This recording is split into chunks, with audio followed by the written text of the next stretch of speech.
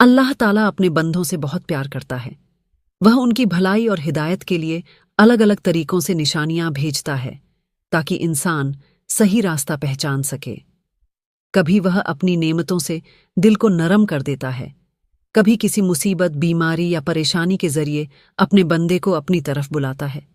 کبھی کسی نیک انسان کی بات دل پر اتر جاتی ہے، کبھی کسی نصیحت، کسی کتاب کی لائن یا کسی سنائی گئی بات سے انسان جاگ جاتا ہے۔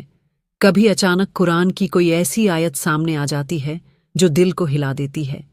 کبھی حدیث کی کوئی بات سن کر دل کانپ اٹھتا ہے اور انسان کو اپنی غلطی سمجھ آتی ہے۔ قرآن میں اللہ فرماتا ہے، ہم انہیں اپنی نشانیاں دکھائیں گے، ان کے اندر بھی اور دنیا میں بھی، یہاں تک کہ انہیں پتہ چل جائے گا کہ یہی حق ہے۔